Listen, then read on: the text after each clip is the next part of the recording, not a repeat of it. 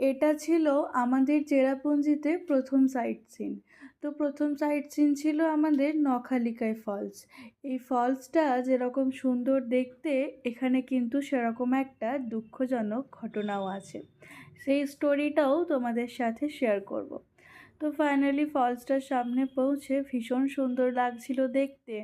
তবে শিলংয়ের সৌন্দর্য কিন্তু বর্ষাকালে। শীতকালে গ্রিনারিটা একটু কম থাকে, বর্ষাকালে চারিপাশটা অপরূপ সুন্দর লাগে দেখতে। তো এখানটাতে আমরা বেশ ভালো মতো এক্সপ্লোর করে বেশ ভালো মতো ফিল নিয়ে তারপর একটু এগিয়ে দেখলাম এই ফলসটার সাথে অ্যাটাচ একটা রেস্টুরেন্ট মতো আছে। তো ওখানে গিয়ে দেখলাম রেস্টুরেন্টের ব্যাক সাইড থেকে এই নখালিকায় ফলসের ভিউটা ভীষণ সুন্দর লাগছিল দেখতে।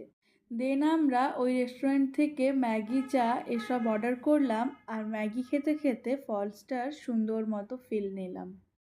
তো ওখানের যে স্টোরিটা সেটা আমি আমাদের ড্রাইভার দাদার থেকেই শুনলাম, কতটুকু সত্যি বা কতটুকু মিথ্যে জানি না। তো ওখানকারই একটা মহিলা মেবি সেকেন্ড ম্যারেজ করেছিল, তো তার একটা বাচ্চা মেয়ে ছিল। তো ওই মহিলাটা একদিন অফিস থেকে আসার পর তার মেয়েকে দেখতে না পেয়ে তার হাজবেন্ডকে জিজ্ঞেস করেছিল যে তার মেয়েটি কোথায়, বাচ্চা মেয়েটি। তো তার হাজবেন্ড তাকে বলেছিল সে খেলতে গেছে। তারপর সেই মহিলাটা যখন অফিস থেকে আসার পর ভাত খাচ্ছিল, মাংস আর ভাত, তো সেই মাংসর সাথে ওর মেয়ের একটা ছোট্ট আঙুলের টুকরো খুঁজে পায়।